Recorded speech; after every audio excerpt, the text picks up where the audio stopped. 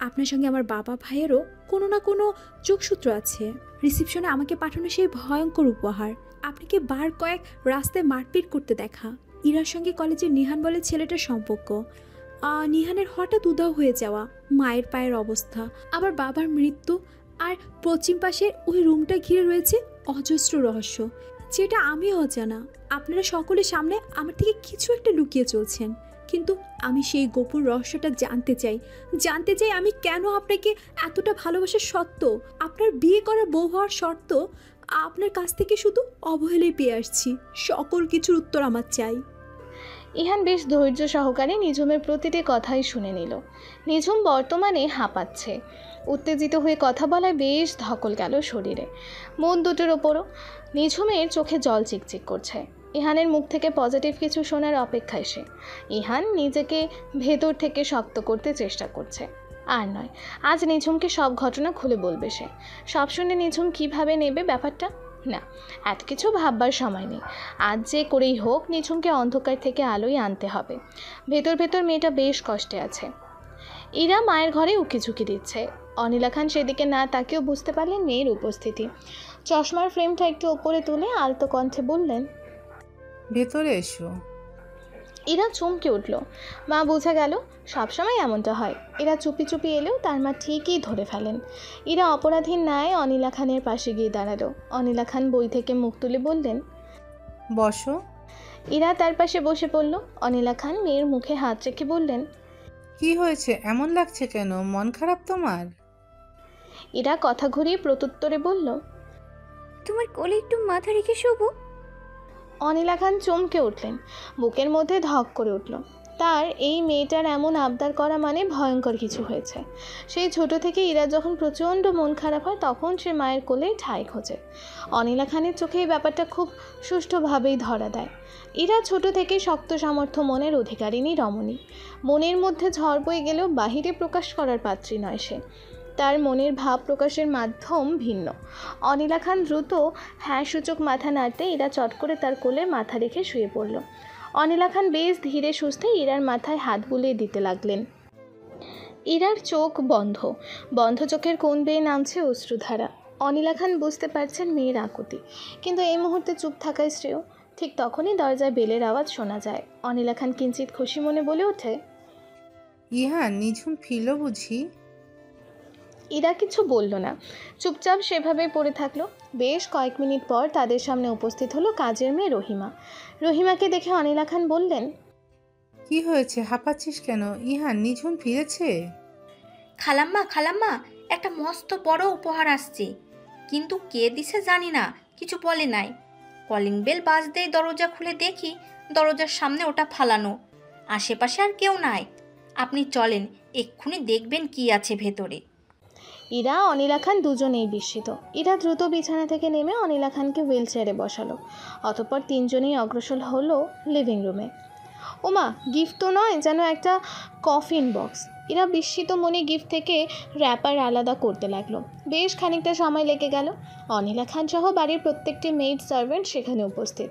সকলের দৃষ্টি শঙ্কিত, মন চঞ্চল, বক্ষ দুরু দুরু। এরা র্যাপার পুরোপুরি খুলতে ভিতর থেকে সত্যি একটা কফিন সাইজের বক্স বেরিয়ে এলো। মুখটা এখনও বন্ধ। এরার হাত কাঁপছে, কিছুতেই সাহস করে বক্সটি খুলতে পারছে না। অতঃপর একজন পুরুষ মেড সার্ভেন্টকে ইশারায় বক্সটি খোলার আদেশ করলো এবং নিজে কিছুটা দূরত্ব বজায় রেখে দাঁড়ালো। বক্সটি খুলতেই সকলে ঘাবড়ে গেল। ইরা ভয় পেলেও শক্ত মনের মেয়ে হওয়ার দরুন মুখে টু শব্দটিও করলো না, কিন্তু ললাটে তার বিন্দু বিন্দু ঘাম স্পষ্ট। বার কয়েক শুকনো ঢোক গিলে খেলল অনায়াসেই। অনিলা খান স্তব্ধ, বাকিরা সবাই ভয়ে কয়েক ধাপ পিছিয়ে গেছে। কি বিভৎস দৃশ্য! এমন নৃশংস মৃত্যু কার হলো? কার এই লাশটি?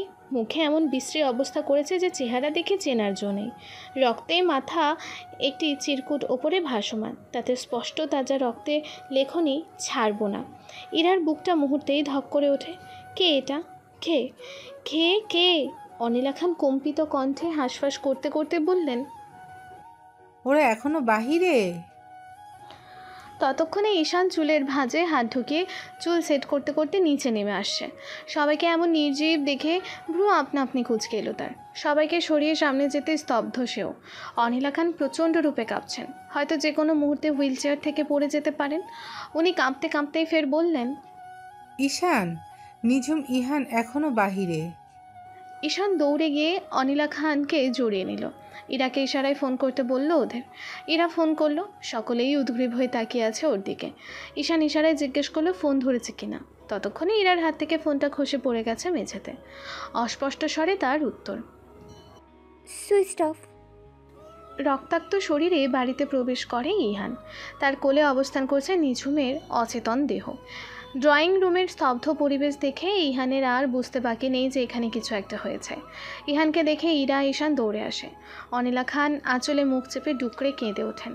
এই ছেলেটিকে নিয়ে সে সবসময় চিন্তায় থাকে, অস্থির চিন্তা। ভাইয়া ঠিক আছো? এ কি হাল হয়েছে? ইরা কথা বলতে পারছে না, ডুকরে কেঁদে উঠছে। ইহান ওদের আশ্বস্ত করার উদ্দেশ্যে বলল, আই এম অল রাইট, কিচ্ছু হয়নি আমার, কিন্তু নিঝুম ঠিক নেই। ইমিডিয়েটলি ডক্টর সাখাওয়াতকে কল করে আসতে বলো। ঈশান দ্রুত মাথা নেড়ে সম্মতি দিল। ইহান নিঝুমকে সোফায় শুইয়ে দিয়ে ওর মাথাটা নিজের কোলে তুলে নিল। অনিলা খান যেন আজ স্তব্ধ। ছেলের বউয়ের এমন পরিণতি খুব গভীর রেখাপাত সৃষ্টি করছে তার অন্তরিক্ষে। গভীর ঘুমে আচ্ছন্ন নিঝুম। ইহান হাঁফ ছেড়ে বাঁচল, যেন ডক্টর সাওখাত ওকে দেখে গেছে। বলেছেন ভয় পাওয়ার কোনো কারণ নেই। প্রতিবারের মতন নর্মালি ভয় পেয়ে সেন্স হারিয়েছে। ইহানের হাতের মারাত্মক জখম ও ট্রিটমেন্ট করে দিয়ে গেছেন তিনি। ইহান ফ্রেশ হয়ে বেরিয়ে পড়ে মায়ের সঙ্গে কথা বলতে। এতক্ষণে সময় করে উঠতে পারেনি। মায়ের মনের অবস্থা নিশ্চয় শোচনীয়। ইহানের এই মুহূর্তে তাকে সঙ্গ দেওয়াটা ভীষণ প্রয়োজনীয়। মাঝপথে ইরাকে ডেকে বলে গেছে নিঝুমের কাছে গিয়ে বসতে। ইরা দেরি না করে তখনই চলে গেছে। লাশটা দেখেছিস? এখনো না। যা দেখে আয়, চিনতে পারিস কিনা। আমার মনে হচ্ছে তুই চিনতে পারবি। ইহান দীর্ঘশ্বাস টেনে বলে, যাচ্ছি মা। ইহান বেরিয়ে গেল। হুইল চেয়ার টেনে টেনে অনিলা খানও ছেলের পেছন পেছন গেল। লাশের সামনে দাঁড়িয়ে ইহান, ঈশান আর অনিলা খান। লাশটির চেহারা বোঝা না গেলেও পোশাক দেখে ইহান ঠিকই চিনতে পারল। এই লোকটাই ওকে আঘাত করেছে। ধারালো ছুরি দ্বারা হাতে জখম করেছে। ইহান দীর্ঘ শ্বাস ফেলে। ঝটপট একটি নম্বরে কল করে লাশটি নিয়ে যেতে বলে। কথা শেষ করে পেছনে ফিরতে ইরা হন্তদন্ত হয়ে সেখানে ছুটে আসে। সকলে আতঙ্কিত হয়ে পড়ে মুহূর্তেই। কেউ কিছু জিজ্ঞেস করার আগে ইরা হাঁপাতে হাঁপাতে বলে, ভাইয়া ভাইয়া তাড়াতাড়ি চলো, মামনি কেমন জানি করছে, অদ্ভুত পাগলামি, আমি সামলাতেই পারছি না। ইহান ঈশান দৌড়ে চলে যায় সেদিকে। ইরা অনিলা খানের হুইল চেয়ার ঠেলে তাকেও নিয়ে যায়। মারিয়া, শান্ত হ বোন, এমন পাগলামি করিস না। আরে সামান্য হাতে লেগেছে, মাত্র তেমন ডেঞ্জারাস কিছু না। না, আমি কিচ্ছু শুনতে চাই না। আমার ইহানের গায়ে হাত, সব কিছু শেষ করে ফেলবো আমি, সব কিছু। তৎক্ষণাৎ সপাটে চড় পড়ল মারিয়ার গালে। মায়ান তীব্র হুঙ্কার ছেড়ে বলল, ইহান ইহান ইহান, পাগল হয়ে গেছিস তুই? ওই ছেলের জন্য 5টা বছর ধরে কম পাগলামি তো করছিস না, কিন্তু ও তো দিব্যি বউ নিয়ে সংসার করছে। ভুলে যা ওকে, নিজেও ভালো থাক, আমাকেও ভালো থাকতে দে। মারিয়া হাতে থাকা আধ ভাঙা গ্লাসটা সজোরে ছুঁড়ে মারল কিছুটা দূরত্বে থাকা টেলিভিশনের ওপর। মুহূর্তেই ভেঙে চূর্ণ বিচূর্ণ হয়ে গেল টেলিভিশনটি। দ্বিগুণ তেজস্বী কণ্ঠে বলল, আমার শুধু ওকেই চাই। মায়ান দীর্ঘশ্বাস ফেলে বলল, মারিয়া, এটাকে এখান থেকে সরা, আমার চোখের সামনে যেন আর না পড়ে, মাথা খারাপ করে দিল। নিঝুম প্লিজ কথা শোনো, এমন পাগলামি করো না। প্লিজ কথা শোনো, আমি তোমার সব প্রশ্নের উত্তর দেব। প্লিজ শোনো, শান্ত হও। হাত থেকে ছুরিটা ফেলে দাও, ফেলে দাও বলছে। না, কিছুতেই ফেলবো না। আমি আগে আমার প্রশ্নের জবাব চাই। এটা আমার জীবন মরণের প্রশ্ন। আমাকে সত্যিটা জানতে হবে, এবং সেটা এই মুহূর্তেই। নিঝুম ছুরি হাত থেকে ফেলতে নারাজ। তার আগে উত্তর চায়। ঘুমের ওষুধে তেমন ইমফ্যাক্ট পড়েনি ওর ওপর। খুব দ্রুতই জেগে গেছে। তারপর থেকেই শুরু করে দিয়েছে অদ্ভুত পাগলামি। টি টেবিলের ওপর থেকে ফল কাটা ছুরি নিয়ে শুরু করেছে আত্মহত্যার প্রচেষ্টা। ব্ল্যাকমেল করে সত্যি জানতে চাইছে। সকলেই উত্তেজিত নিঝুমের কাণ্ডে, কিন্তু কেউ কাছে যেতে সাহস পাচ্ছে না। ইহান ইশারায় সবাইকে চলে যেতে বলল। ঈশান, ইরা অনিলা খানকে নিয়ে বাহিরে চলে গেল। ওরা দরজার বাহিরেই থেকে গেল। ইহান নিঝুমের দিকে করুণ দৃষ্টি নিক্ষেপ করে বলল, শান্ত হয়ে বসো, ওটা ফেলে দাও। আমি সব সত্যি খুলে বলছি তোমায়, ট্রাস্ট মি। সব বলবো, তবে আগে শান্ত হও। নিঝুম চুপ করে সোফায় বসে। ইহানও নিঝুমের পাশে বসে।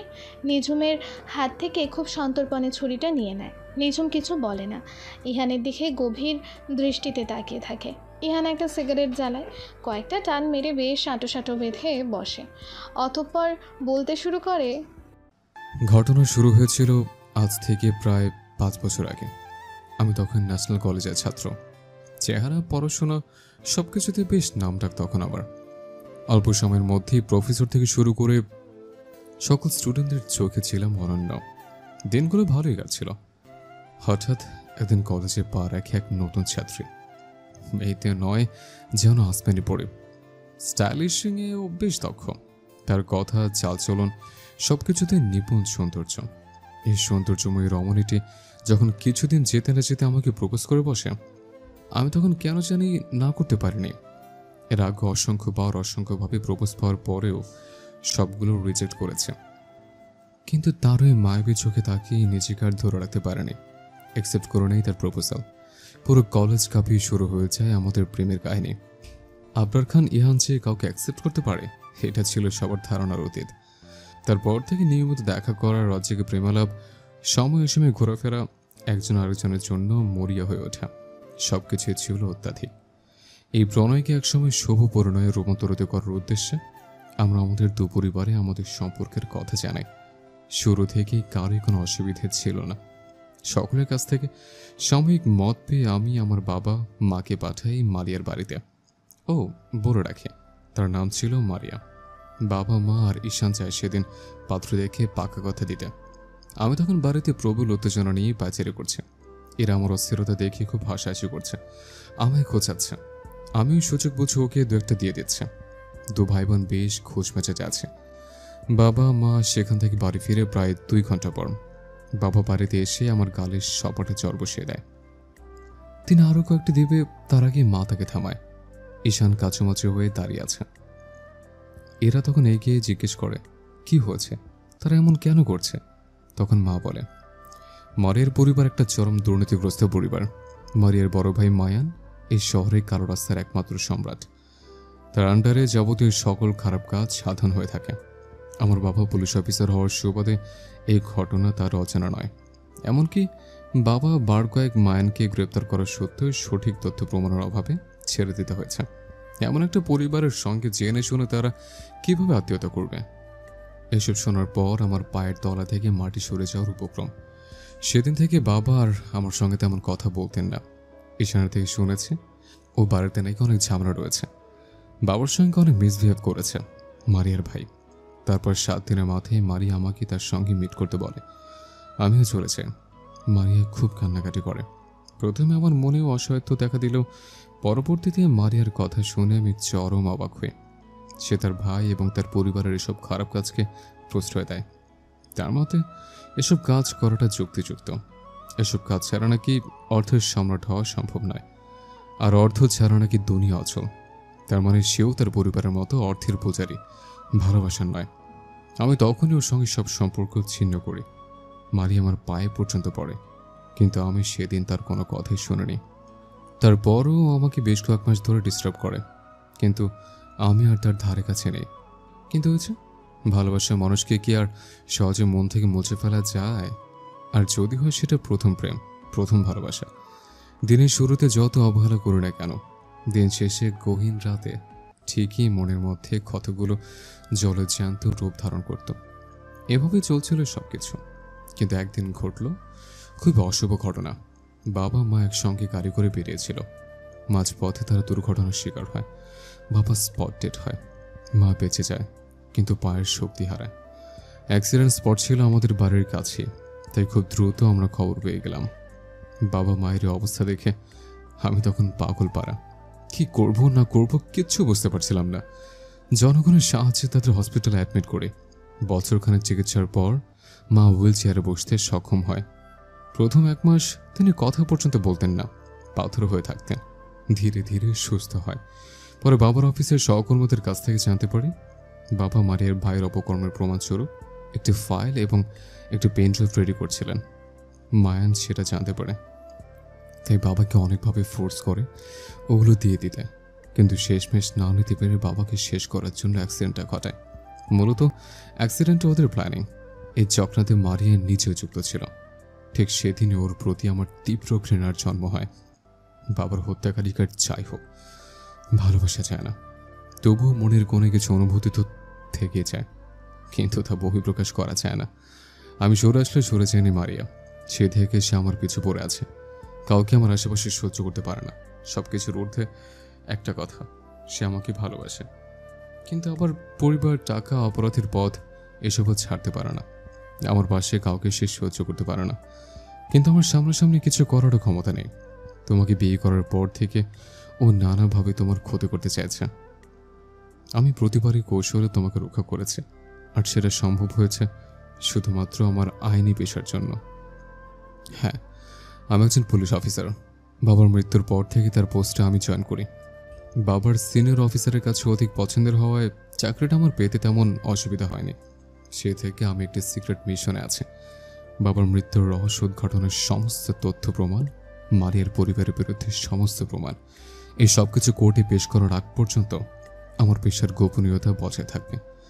আমার পরিবার ব্যতীত এই কথা সবারও জানা। ঠিক এই কারণেই তুমি আমাকে বার কয়েক পথে মারামারি করতে দেখেছ, এবং পশ্চিম পাশের ঘরের রহস্য এটাই। মারিয়ার সঙ্গে বিচ্ছেদে 2 বছর পর জানতে পারি এরা মারিয়ার ছোট ভাইয়ের সঙ্গে প্রেম করছে, কিন্তু এরা সেটা জানতো না। নিহান হলো মারিয়ার সে ভাই। তারপর থেকে এরার জীবনের কষ্টের শুরু। এরাকে আমি অনেক বুঝিয়েছি, নিহান ভালো ছেলে, ও ওদের মতো নয়, কিন্তু এরা বুঝতে নারাজ। তার ধারণা ও ওই পরিবারে গেলে আমি ভালো থাকবো না, তাই আর কি। তারপর মায়ের কথা রাখতে বিয়েতে মত দিতে হয় আমাকে। এর মধ্যে জানতে পারি তোমার বাবা ভাইয়ের সঙ্গে ওদের হাত আছে। ওরা একই সূত্রের লোক, সকলে এক হয়ে কাজ করে। তোমাকে বিয়ে করার একমাত্র উদ্দেশ্য আমার এটাই যে তোমার বাবাকে কবজা করা। ভেবেছিলাম তোমাকে আমার কাছে বন্দি করলে সে চুপ হবে, কিন্তু না, সে তো আরো বেশি ডেসপারেট হয়ে উঠেছে। তোমাকে আমি বিয়ের আগে থেকে জানতাম, মানে তোমাদের বাড়ির সকল মেম্বারদের তথ্যই আমার কাছে আছে। সেদিন বিয়ে বাড়িতে তুমি ওভাবে ফল্ট করায় আমি তারই সুযোগ নেই। এ পর্যন্ত মারি আমার কোনো ক্ষতি করেনি, কিন্তু আমার আশেপাশে যারা আছে তাদেরও শেষ করে ফেলে। আজকে ভুলবশত তোর দলের একটা ছেলে তোমাকে মারতে গিয়ে আমাকে আঘাত করে বসে, যার ফলস্বরূপ তার লাশ একটু আগে পোস্টমর্টেম ঘরে পাঠানো হয়েছে। দীর্ঘ নিঃশ্বাসের সাথে কথা শেষ করে ইহান, আর তখনই ভেসে আসে নিস্তেজ কণ্ঠের আকুলতা। তার মানে আমি ছিলাম আপনার জীবনের টার্নিং পয়েন্ট। শুধুমাত্র নিজেদের স্বার্থের বলি দিলেন আমার জীবনটা। সবটা জুড়ে ছিল শুধু স্বার্থপরতা। আমি ঠকে গেলাম, কঠিন রূপে ঠকে গেলাম, নিজের পরিবার থেকে ঠকে গেলাম, যাকে নিয়ে সুখে সংসার করতে চেয়েছিলাম তার কাছ থেকেও ঠকে গেলাম। জীবন আমাকে কঠিন বেদনা উপহার দিল। এতক্ষণে ইহানের দৃষ্টি নিঝুমের দিকে ঝুঁকল। নিঝুমের গাল বেয়ে টুপটুপ করে পড়ছে বাড়িধারা। কেমন জানি নিস্তেজ চেহারা। ইহান কিছু বলতে নিলেই নিঝুম সুযোগ দেয় না, জিন্দা লাশের ন্যায় উঠে চলে যায়। ইহান সেদিকে তাকিয়ে থাকে, পিছু ডাকতে নিয়েও থেমে যায়। মনের মধ্যে থাকা কঠিন সত্তার মানুষটির বিবেকে আজ হঠাৎই টান পড়ে। সে ভুল করেছে, অন্যায় করেছে। নিজের স্বার্থে সে ব্যবহার করে গেছে এই নিষ্পাপ মেয়েটিকে, নষ্ট করে দিয়েছে তার জীবন। এই প্রথম অনুশোচনা তীব্র বেগে চেপে ধরেছে তাকে। এমনটা তো মারিয়া যখন তার পা জাপটে ধরে কেঁদেছিল তখনও হয়নি। অনায়াসে তাকে ছুঁড়ে ফেলে দিয়েছিল, কিন্তু আজ ওই নিস্তেজ মুখশ্রী, থমথমে কণ্ঠস্বর, ব্যথিত দৃষ্টির অগোচরে লুকিয়ে থাকা কত শত অভিযোগ, এগুলো কি করে উপেক্ষা করবে সে? এই প্রথম তীব্র থেকে তীব্র রক্তক্ষরণ শুরু হয়েছে তার অন্তরের অন্তর্মহলে। মনে হচ্ছে ধারালো ছোড়া ধারা কেউ ক্রমাগত আঘাত হানছে। হ্যাঁ, সে ভুল করেছে, মস্ত বড় অপরাধ করেছে, অনেক কঠিন পাপ করেছে। ব্যস্ত শহরের ব্যস্ত রাস্তায় একাকী হেঁটে চলেছে নিঝুম, আনমনে পদচারণা। মারিয়াকে ঘিরে ইহানের বলা প্রতিটা শব্দ তীরের মতো বিচ্ছে তার বক্ষস্থলে। ইহান তবে এই জন্যই তাকে মেনে নিতে পারছে না। সে শুধু মারিয়াকে ভালোবাসে, তাকে শুধুমাত্র স্বার্থের জন্য বিয়ে করেছে। না না না, কিছুতেই ভাবতে পারছে না নিঝুম। মনের কষ্ট সংবরণ করতে না পেরে ভোরের আলো ফোটার আগেই নেমে পড়েছে নিস্তব্ধ রাজপথে। হঠাৎই পেছন থেকে একটি গাড়ি এসে ধাক্কা মেরে ফেলে দেয় তাকে। নিঝুম পড়ে যায় ছিটকে কিছুটা দূরে। কিছু বুঝে ওঠার আগেই ফের তাকে টানতে টানতে গাড়ির মধ্যে ঢুকিয়ে দেওয়া হয়। কিছু মুহূর্তের মধ্যে গাড়ি একটি নির্জন জায়গায় থামে। নিঝুমের মুখ ততক্ষণে বাধা শেষ।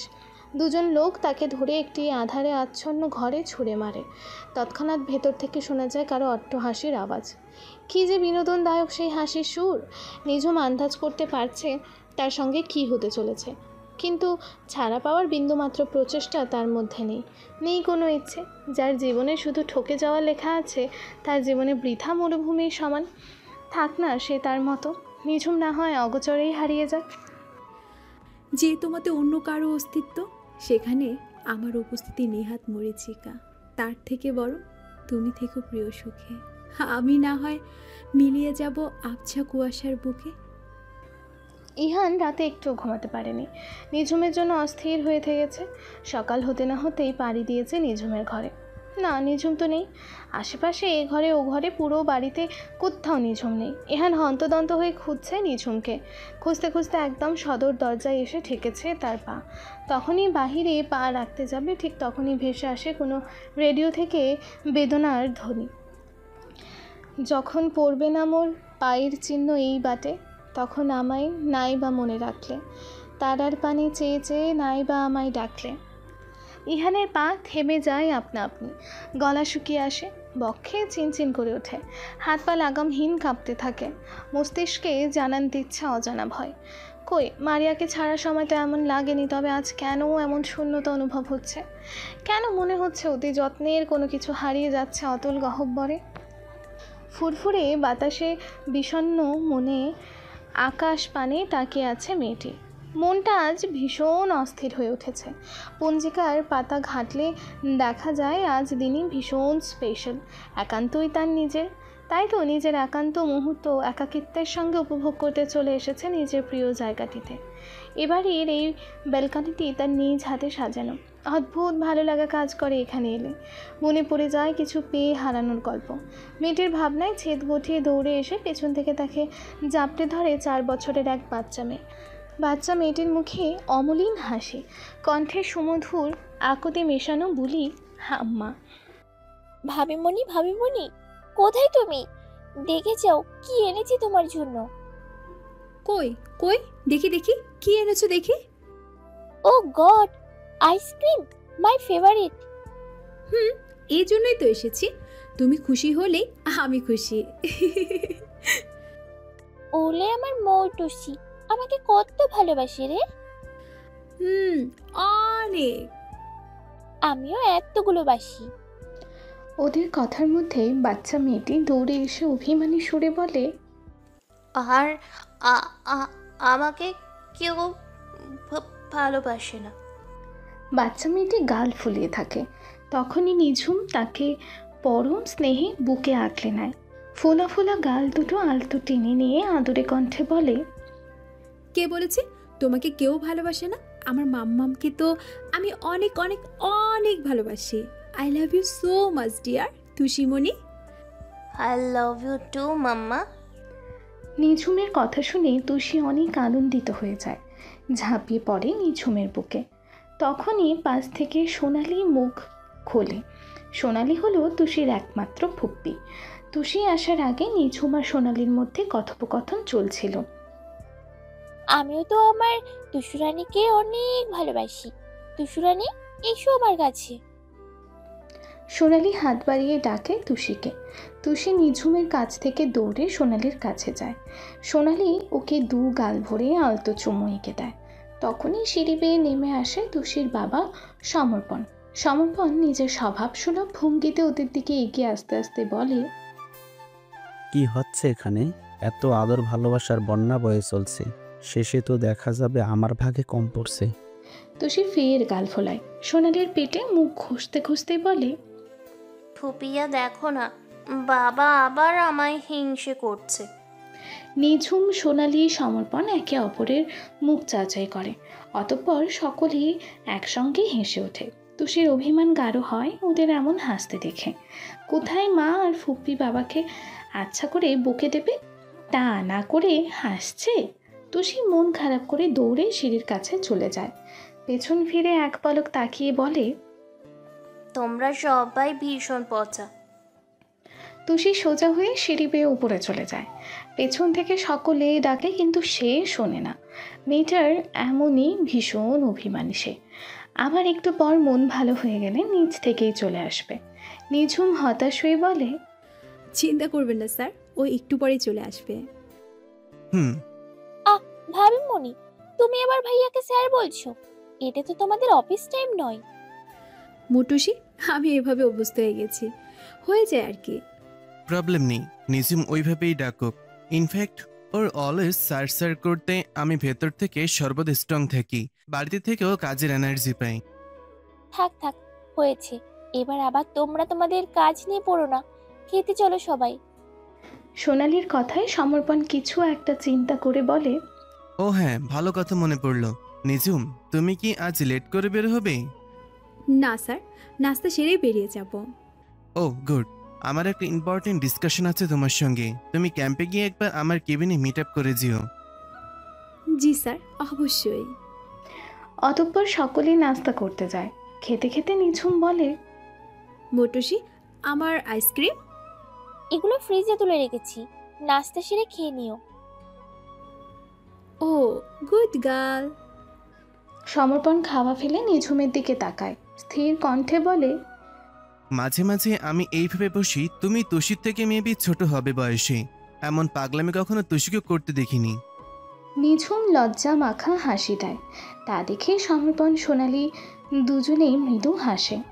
দেয়ালে টানানো বড় ছবিটিতে দৃষ্টি আবদ্ধ করে রেখেছে সমর্পণ। দৃষ্টি স্থির, মন অশান্ত। তবুও অশান্ত মনটাকে বেঁধে রাখতে কোনো রকম ত্রুটি সে রাখে না। শত হোক তুষি বড় হচ্ছে, ও সামনে কখনো তাকে ভেঙে পড়লে চলবে না। সমর্পণের আকাশ পাতাল চিন্তার মধ্যেই দরজায় টোকা পড়ে। সে ছবিটির কাছ থেকে সরে এসে গম্ভীর কণ্ঠে বলে, কামিন। সঙ্গে সঙ্গে নিঝুম হুড়মুড়িয়ে সেখানে ঢুকে পড়ে। হাত ঘড়িটি সেট করতে করতে ব্যস্ত কণ্ঠে বলে, আপনার হয়েছে? লেট হচ্ছে তো, আমি কিন্তু তৈরি। সমর্পণ নিজেকে স্বাভাবিক করে নেয়। টেবিল থেকে কিছু ফাইলপত্র তুলতে তুলতে বলে, হ্যাঁ চলো। হুম। May I come in sir? Yes, come in. কিছু একটা ইম্পর্টেন্ট দরকার আছে বলেছিলেন। বলছি, আগে বসো। নিঝুম চেয়ার টেনে বসে। সমর্পণ হাতের একটা ফাইল নিঝুমের দিকে এগিয়ে দেয়। নিঝুম ফাইলটি হাতে নেয়। সমর্পণ চেয়ারে হেলান দিয়ে আরাম করে বসতে বসতে বলে, ওটা দেখো। নিঝুম কৌতূহলবশত ফাইলটি খোলে। পুরো ফাইলটা খুব মনোযোগ সহকারে চেকিং করে। হঠাৎই নিঝুমের বুকটা ধক করে ওঠে। পুরনো স্মৃতি ইশারায় ডাক দিয়ে যায়। মনকে শক্ত করে সে সমর্পণের দিকে করুণ দৃষ্টি নিক্ষেপ করে। সমর্পণ সেদিকে তোয়াক্কা না করে বলে, এই কেসটা তোমাকে হ্যান্ডেল করতে হবে Nijhum. This is my order. Nijhum তৎক্ষণাৎ চেয়ার ছেড়ে উঠে দাঁড়ায়। কৌতূহলী দৃষ্টি নিয়ে ভরাট কণ্ঠে বলে, এটা আপনি কি বলছেন স্যার? সব কিছু জেনে শুনে আমার সঙ্গে এমনটা আপনি কি করে করতে পারেন?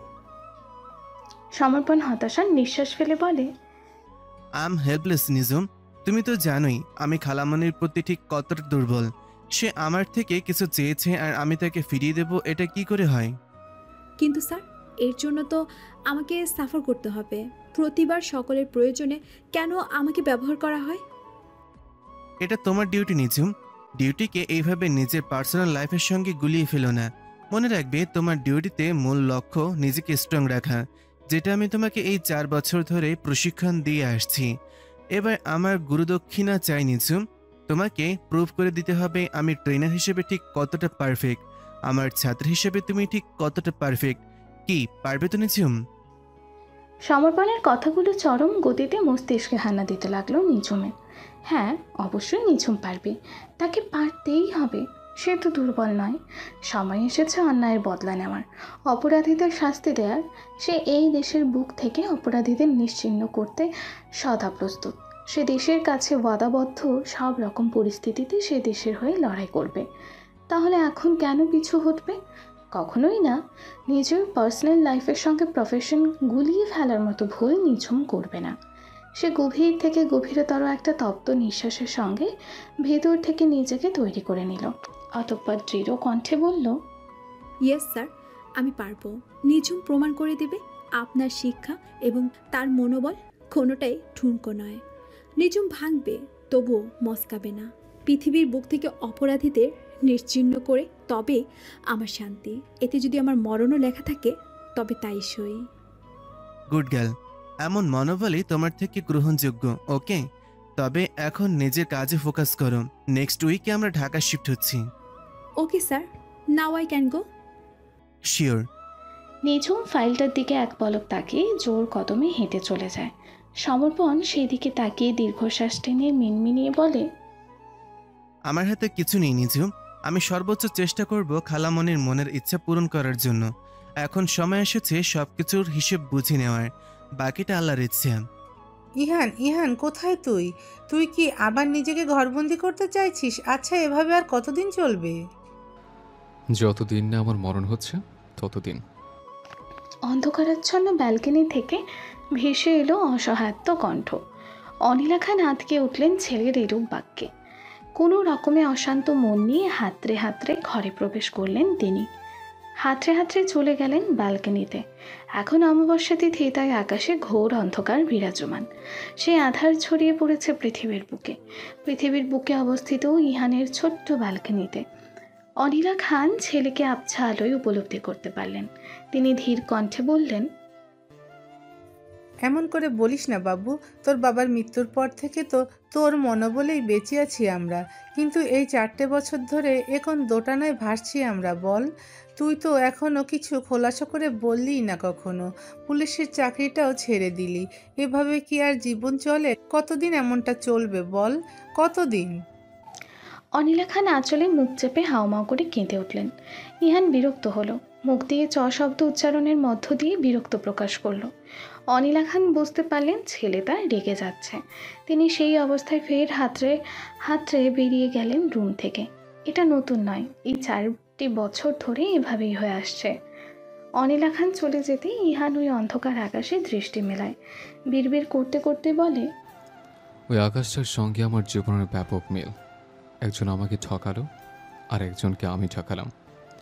আমিও বিবেক বিবেচনা না করে প্রতিশোধ, নেশা এবং ডিউটির সীমা রাখায় চরম ভুল করে বসলাম। হেলায় হারালাম অমূল্য কাছে থাকার রত্নটি। আপন মনে সারা রাত বিড়বিড় করতে করতে পার করে দেয় ইহান। এভাবেই প্রায় প্রত্যেকটি রাত কাটে তার।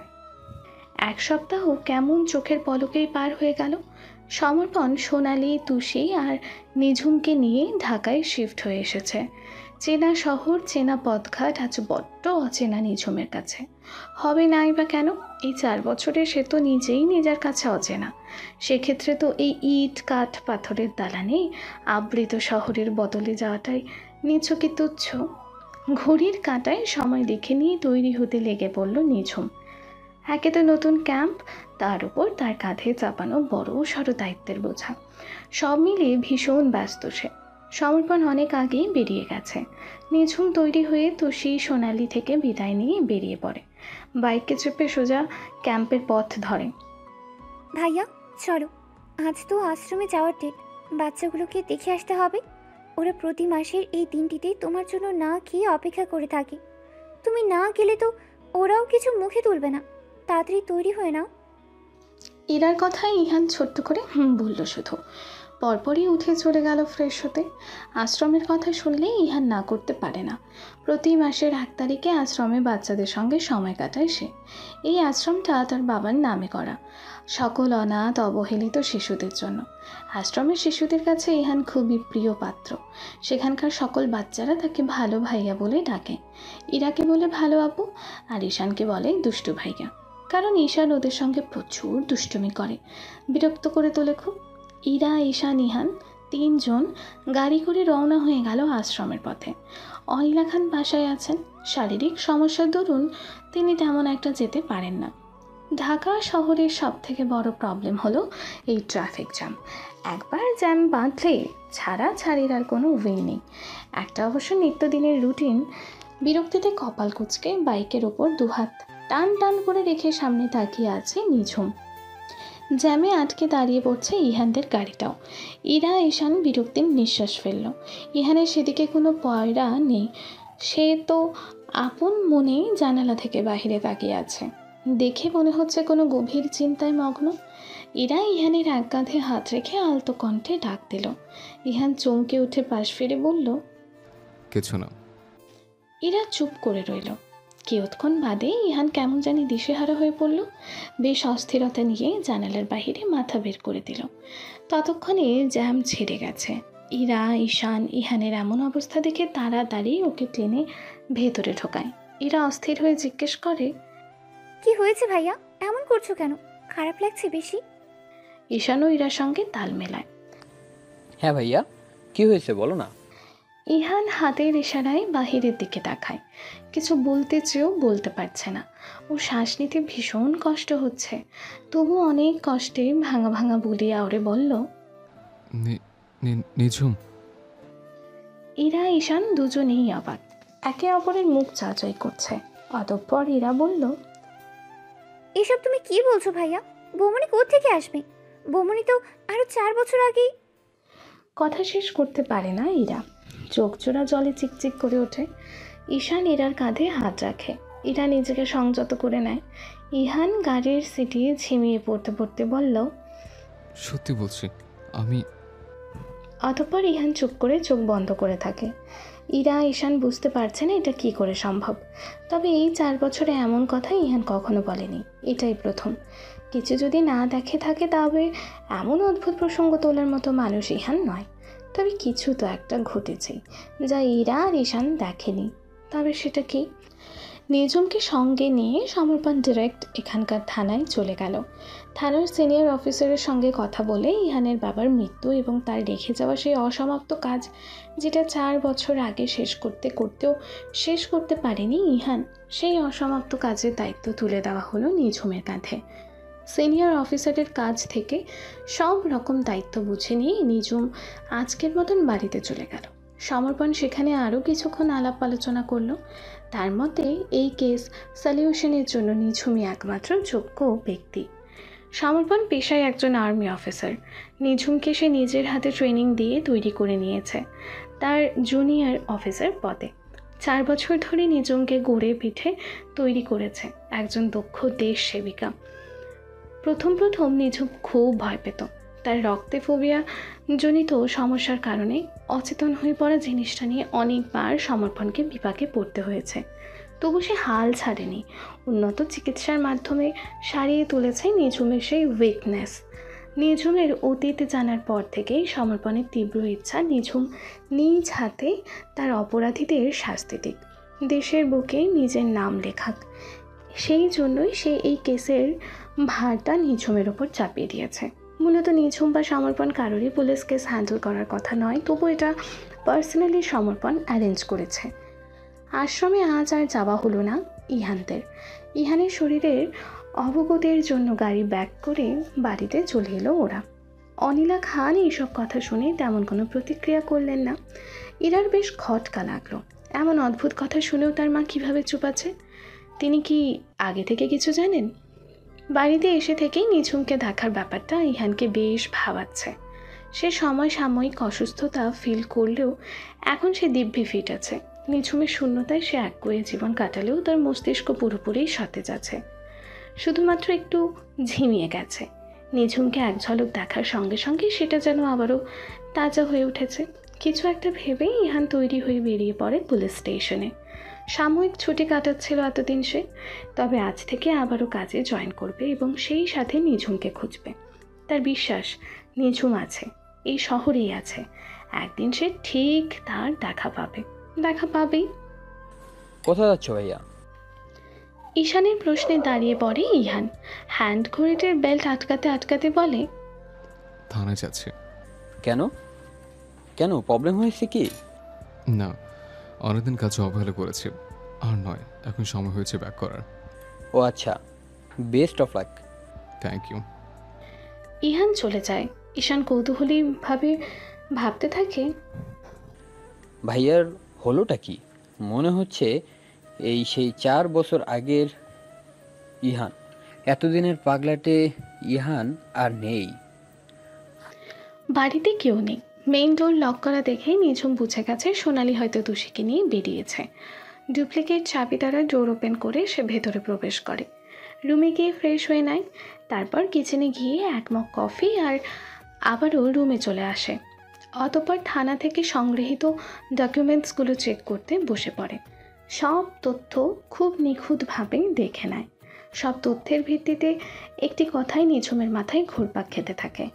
পেন ড্রাইভটা এখন কার কাছে আছে, নাকি নষ্ট করে দিয়েছে? কফির মগে চুমুক দিতেই ব্যালকনিতে চলে যায় সে। কিছুক্ষণ ভাবনা চিন্তার পরপরই তার মস্তিষ্কে প্রবলভাবে একটি কথা হানা দেয়। হ্যাঁ, সে পেয়ে গেছে উত্তর। পেন ড্রাইভের খোঁজ হয়তো তার নাগালে। পেন ড্রাইভটা যে এখনও পর্যন্ত নষ্ট করা হয়নি এটাও সে শিওর। অজান্তেই ঠোঁটের কোণে বাঁকা হাসি দেখা মেলে তার। নিঝুম কফির মগটা পাশের টি টেবিলে রেখে দিয়ে সোজা হয়ে দাঁড়ায়। দুপুরের আকাশটা রোদে ঝলমল করছে। আকাশের দিকে তাকানো দায়। রোদের উত্তাপে চোখ যেন ঝলসে পড়ে। নিঝুম চোখ বন্ধ করে নেয় তৎক্ষণাৎ। মনের মধ্যে কিছু স্মৃতি স্মরণ করে। দীর্ঘশ্বাস ফেলে মনে মনে বলে, কাচের গায়ে বৃষ্টির ফোঁটা, জীবন স্রোতে ভাসছি একা, জমানো অনেক মনের কথা অভিমানে পড়েছে চাপা। Hey baby, you know that you are looking so pretty.